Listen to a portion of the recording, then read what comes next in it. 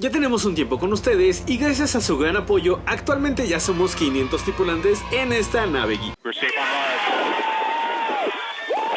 Y queremos agradecerles con este video que les ayudará a tener un buen tema de conversación, por lo que en esta ocasión les traemos 100 datos curiosos de los videojuegos. Así que toma tu asiento, abrocha tu cinturón y prepárate para despegar aquí en la nave geek. 3, 2, 1...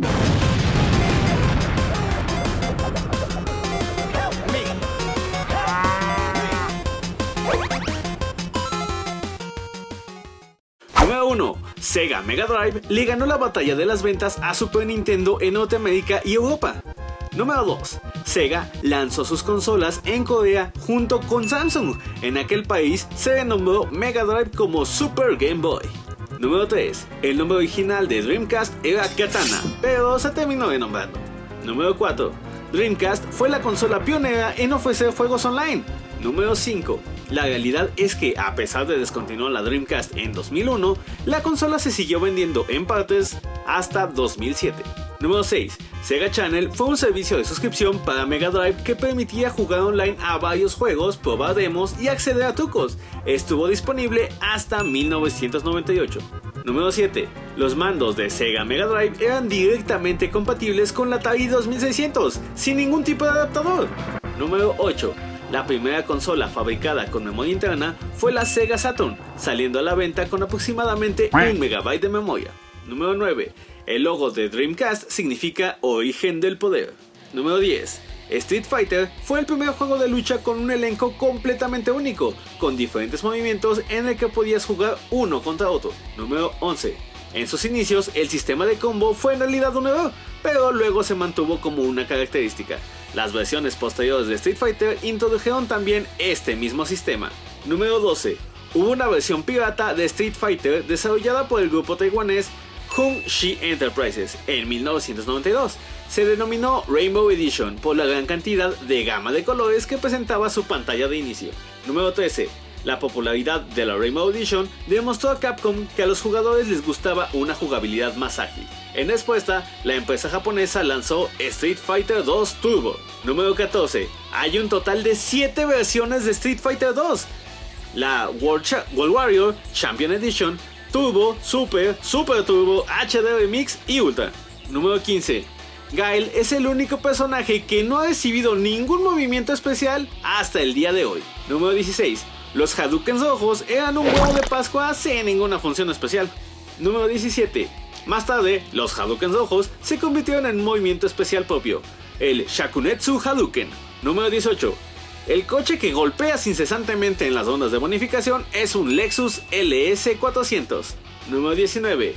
El mensaje de victoria de Ryu, debes derrotar a Shenlong para tener una oportunidad, fue un error de traducción y debería decir, debes derrotar mi golpe de dragón para tener una oportunidad. Número 20. Debido a este error, mucha gente pensó que Shenlong era un personaje jugable que había que desbloquear. Número 21. Esta confusión llevó a que Akuma, maestro de Ryu y Ken, fue introducido más tarde como un personaje secreto. Número 22. Akuma fue prohibido en los torneos americanos por su extrema fuerza de juego. En Japón, sin embargo, no fue así, pero estaba muy mal visto elegirlo como luchador. Número 23. Street Fighter nos presentó a Chun-Li, una de las primeras e icónicas heroínas de los videojuegos. Número 24. Final Fight pretendía ser una secuela de Street Fighter. No obstante, al final se convirtió en una serie propia, aunque luego compartió personajes con el universo de Street Fighter. Número 25. Existe un documental de Red Bull acerca de Street Fighter. Este es llamado The Art of Street Fighting. Número 26. En Occidente se han intercambiado algunos nombres de personajes con respecto al original japonés. En Japón, M. Bison es Vega, Vega es Balrog y Balrog es M. Bison. Número 27. Se presume que los nombres se cambiaron probablemente para evitar una demanda, ya que el nombre de Mike Bison está naturalmente basado en el boxeador Mike Tyson. Número 28. Por esta razón, los jugadores de torneos a veces llaman a estos personajes Dictator, M. Bison, Boxer, Balrog y Cloud, Vega, para evitar confusiones internacionales. Número 29. El diseño de M. Bison está basado en el guardia de la prisión de Riki-Oh, un manga creado por Masahiko Takahashi y Sarugwatari Tetsuya, que más tarde fue adaptado a una película llamada Riki-Oh, la historia de Riki. Número 30. El diseñador de personajes Akira Yasuda se empeñó tanto en hacer que las piernas de Chun-Li parecían perfectas que el juego estuvo a punto de incumplir el plazo de entrega. Número 31. Mattel quiso demandar a Capcom porque Ken, uno de los grandes protagonistas de Street Fighter, le recordaba demasiado al novio de Barbie con el mismo nombre. Número 32. Aunque la gran mayoría solo recuerda la horrible película de acción real protagonizada por Jean-Claude Van Damme, también hay una muy buen anime de Street Fighter 2. Número 33. La película de acción real de Street Fighter, basada en Street Fighter 2, dio nombres completos a muchos personajes. Por ejemplo, el nombre de Sagat en la película es Victor Sagat, interpretado por el actor estadounidense Wes Studi. Número 34. Un personaje introducido específicamente para esta película es el Capitán Sawada, que también apareció en los dibujos animados de Street Fighter poco después. Número 35. En el juego que acompaña la película, Sawada también puede ser elegido como un luchador. Número 36. Street Fighter 2 fue tan popular que el hecho de que Nintendo pudiera tener el título en su consola antes que Sega supuso una gran diferencia en la batalla entre ambas compañías. Número 37. Como el primer gamepad de Sega Mega Drive solo tenía 3 botones, había que utilizar el Start para cambiar entre golpes y patadas. Más tarde apareció un pad con 6 botones. Número 38. Cuando el primer Doom se puso a la venta hace 25 años, todavía no existían los CDs, DVDs o Blu-rays actuales. Esto llegó en el extinto formato de disquete y más concretamente en la variable de 3,5, que podía albergar en su interior hasta 1.44 MB de datos, y se necesitaron 4 unidades para contener todos los archivos del juego. Número 39. Traducido directamente desde el inglés, Doom significa condena o sentencia, un título que ya le va demasiado bien para ejemplificar la irrupción de los demonios y demás horrores. Sin embargo, la inspiración original era el palo de billar con el que Tom Cruise en la película El color del dinero utiliza, y este film es de Martin Scorsese. Número 40. En una entrevista con John Romero, este contó que originalmente estaba siendo diseñado como un juego de Aliens, El regreso, una película de James Cameron de 1986, a la espera de conseguir una licencia que nunca logró obtener. Número 41. Según declaraciones de Romero, las reminiscencias de Alien no solamente vienen de su idea original. En una entrevista confesó que Adrian Carmack, Kevin Cloud y Tom Hall, los artistas responsables de diseño de criaturas y escenarios, tenían como material de referencia el libro Necronomicon de H.R. Geiger. Número 42. Doom tiene como influencia la genial película de Evil Dead. Ya sabes, una invasión demoníaca, las motosierras con armas jugables, etc. Para rematar, la icónica portada original está inspirada en la composición de la tercera parte de Evil Dead, El ejército de las tinieblas, en la que el héroe está alzado sobre sus aberrantes amenazas. Número 43. Las armas de Doom pueden parecer tecnología militar hiperfuturística. La verdad es que ID Software ahorró gastos y usaron como modelos armas de juguete. Número 44. Hay una versión promocional del juego que incluye un video donde Bill Gates es el Doomguy. Así de extraño como suena. Número 45. Gabe Newell se enamoró del código de Doom, así que decidió seguir su corazón al mundo de los videojuegos y crear su propia compañía, Valve. Número 46. Half-Life existe gracias a que Gabe Newell, creador de Valve, es un fanático de Doom y quiso hacer un juego muy parecido. Número 47. Que John Romero sea el jefe final de Doom 2 fue cosa de su equipo, quienes decían que era muy complicado trabajar con él, así que lo convirtieron en un demonio. Número 48. Cuando John descubrió esto, decidió continuar con la broma e hizo un audio que decía: "To win the game, you must kill me, John Romero", pero que se lo produjera al revés. Tétrico y genial. Número 49. El cacodemonio, la cabeza voladora fea que nos encontramos en Doom, es una copia del Dreadnought, una criatura de Dungeons and Dragons, aunque solo es su cabeza. Número 50. Doom fue uno de los principales causantes de la implementación del sistema americano de clasificación por edades, el ESRB. Número 51. El término Deathmatch fue acuñado por John Romero, el creador de Doom, para esta modalidad en los videojuegos. Número 52. Todos sabemos que la música de Doom es mucho metal, pero también sus niveles lo son, con nombres como House of Pain, The Living End, Nirvana, Genesis, Skinny Puppy y Slayer. Número 53. Sega diseñó controles de movimiento, aunque estos no funcionaban nada bien. Número 54. John Romero, creador de Doom, una vez que salió del estudio y muchos años después del lanzamiento de su juego, hizo un nuevo nivel, como modé, Así es, existe un mod que podría contar como original. Número 55. El famoso subjefe Red Armor de Ghosts and Goblins se basó en realidad en el programador de Capcom Toshio Arima. Número 56. La versión de Ghosts and Goblins para Atari ST tiene un truco especial. Los desarrolladores programaron la interfaz MIDI para reproducir la música del juego. Si conectas un sintetizador MIDI a la ST, la música del juego se reproducirá en tu dispositivo MIDI. Número 57. La saga Dark Souls se cree que ha sido inspirada seriamente por Ghosts and Goblins. Y creo que todos estamos de acuerdo en que algo hay de eso. Número 58. Para crear los movimientos y facciones de Spyro el dragón, los desarrolladores se basaron en la cara y los movimientos de un gato. Número 59. Al inicio de su desarrollo, Spyro no era morado, sino verde. El cambio de color se hizo para evitar que su textura se mezclase con la hierba. Número 60. Stewart Copeland, integrante de la banda The Police, fue el encargado de crear la banda sonora de la trilogía original de Spyro. Número 61.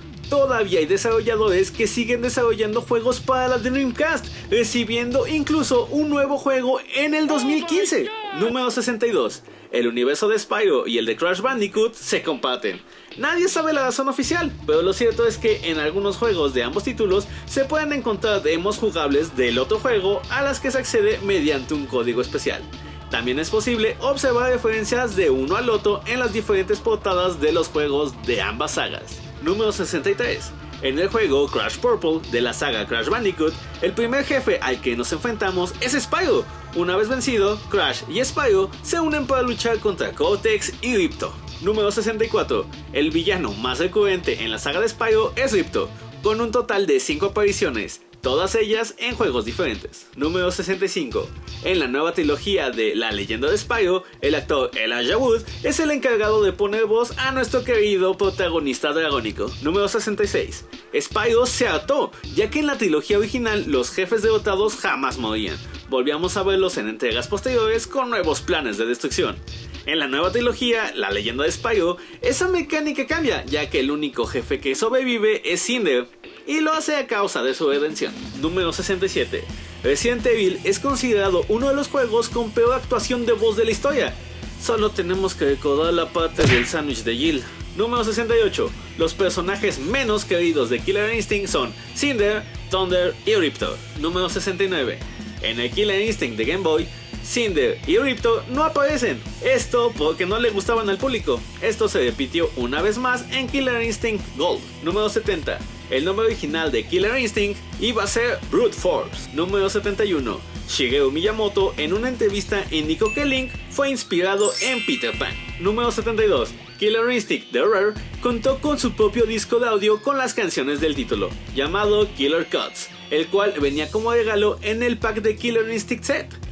Algo así como los paquetes de coleccionista actuales. Número 73. Los nombres de los hijos de Bowser o el King Koopa están inspirados en músicos reconocidos, exceptuando el caso de Larry, que está inspirado en el presentador Larry King.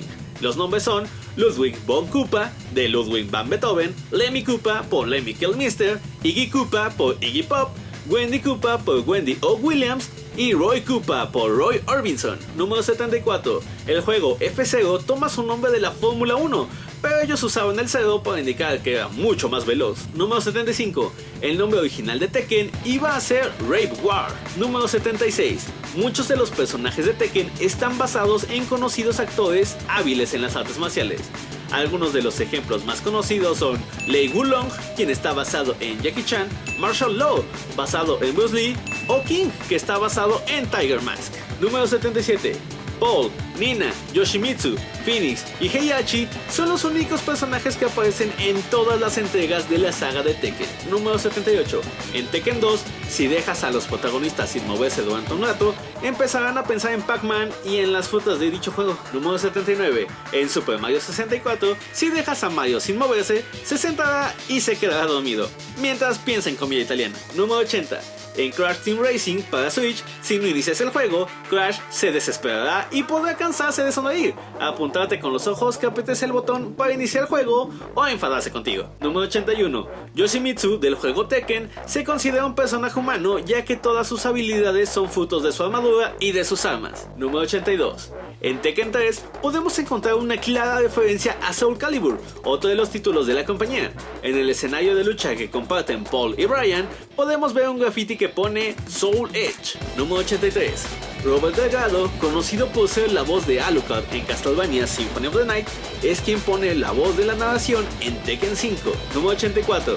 En el primer Tekken, el creador de la saga, Katsuhiro Kagada, fue el encargado de dar voz a los gritos de la lucha de Law y Yoshimitsu. Número 85. Según la comunidad, el primer juego de Crash, tenía 16 años. Número 86.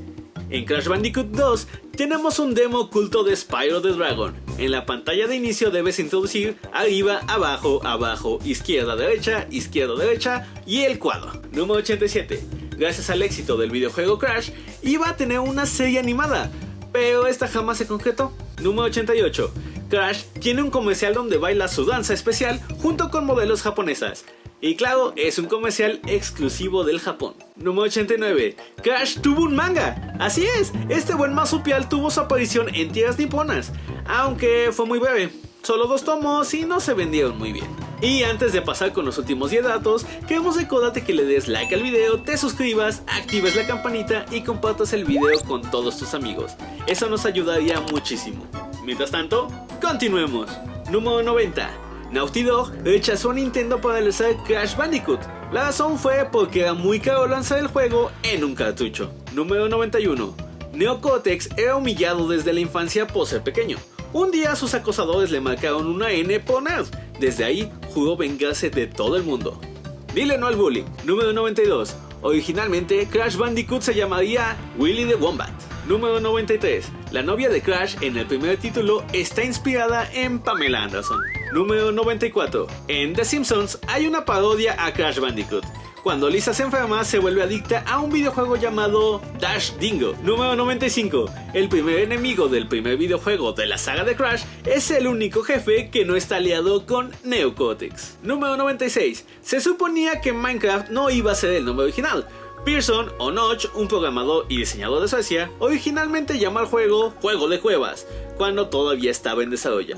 Luego lo cambió a Minecraft, Orden de la Piedra, y finalmente se quedó por el nombre de Minecraft. 97. Muchas escuelas suecas usan Minecraft como una herramienta de aprendizaje. En algunas escuelas suecas, los estudiantes de 12 años tienen como obligación tomar lecciones de este juego. Número 98. Los Enderman de Minecraft hablan inglés, pero al revés. Número 99. En Minecraft, los carteles pueden detener el flujo del agua y de la lava. Y decían que la Unión Soviética era extraña. Número 100. En Minecraft hay una posibilidad de que cuando un golem pase cerca de un aldeano, le muestre una rosa. Y por el momento eso es todo, mis queridos tripulantes. Te la rifaste, Fernando. Cuéntanos, ¿conocías todos los datos? ¿Sabes alguno nuevo? Si es así, déjalo en la caja de comentarios con el hashtag LaNave500 y llévate un abrazable Mencorazona. Mientras tanto, yo soy Abel para recordarte 3 cosas. 1. Que nos alegra que estés aquí con nosotros en este canal. Nadie se ha preocupado tanto por mí. 2. Que te suscribas al canal de Fake Games. Y 3. Que aquí, en la Nave Geek, tú viajas en primera clase. Hasta la próxima y ¡vamos por más tripulantes! Muchas gracias por su apoyo.